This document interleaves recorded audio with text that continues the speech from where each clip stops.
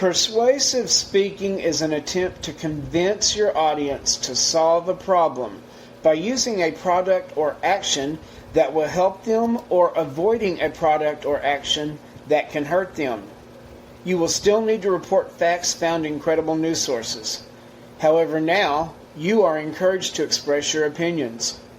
What you may not know before now is how your opinions, whatever they were yesterday, should be less preconceived beliefs from before and more opinions that result from research of experts who agree with you, and even the opinions of others who do not agree with you, just so you can understand how the other side feels. Coca-Cola, the soda pop. The history of Coca-Cola is something you should keep brief in a persuasive speech. Limit it to 1 or 2 lines of information, such as when it was created and by whom. If you can, find how many sodas are consumed daily by Americans. Now tell a story.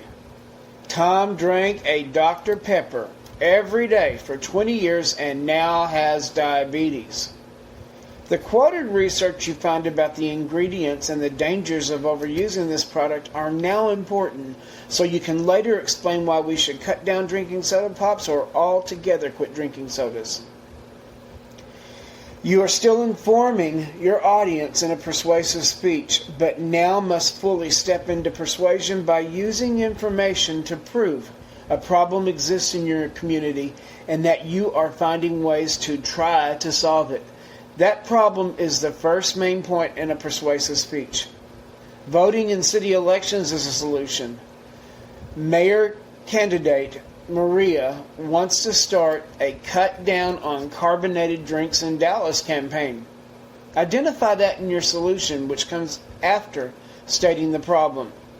That is your second main point in persuasion. Tell us you will vote for Maria and describe how voting in local elections can make the city or a healthy place. So maybe we should vote for her. That is your visualization. A statement which describes what will happen if we find solutions or will not happen if we do nothing. That is your third persuasive point after identifying the problem and solution. Your final step is a call of action. Join a movement to cut down to 1 soda a week by drinking more water and coffee, and by starting a Saturday morning Walk for Health club. Writing the mayor may be a solution, but compared to the other solution previously stated, writing is often considered a lazy solution. However, it might be the only thing someone can do if they are bedridden. Please remember, different people in your audience may have this or other limitations. Don't discount them. They matter too. Collecting signatures from neighbors is an action one could take. You should have several calls of action. Give your audience choices. If you can, include a local address and phone number, as well as days and hours of operation for the people and organizations in your area who or that are already working to solve the problem you said was dire. This can come from a website if your professor allows one, since you are more likely to get that final information from a .com or a .gov than a newspaper article. Don't just talk, act. Become a leader. People might follow your actions. This is your speech conclusion. We call it a call of action. It comes after the opener and 3 main points. Remember, it is important to prove you found all these alleged facts from credible database sources in which you have provided either MLA or APA citations. You must prove facts by accessing news articles in our library database. Enter through the library database link provided in your Blackboard course options in the black bar to your left.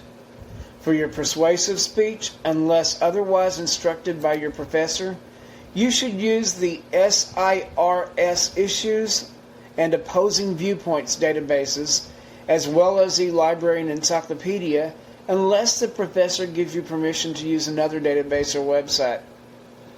In some cases, Googling information or photos might be allowed by a professor. Ask first. Again and always avoid Wikipedia.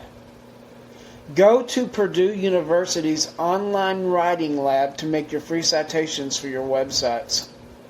Remember, your specific purpose is simply to inform the audience about the topic by defining it and describing it, but then to persuade them with a dire opening that it is a problem that needs to be dealt with immediately. Don't forget to use according to throughout your speech to identify each source you used, from opener to each main point and to closer. If you forget that, that is called plagiarism, and plagiarism is illegal.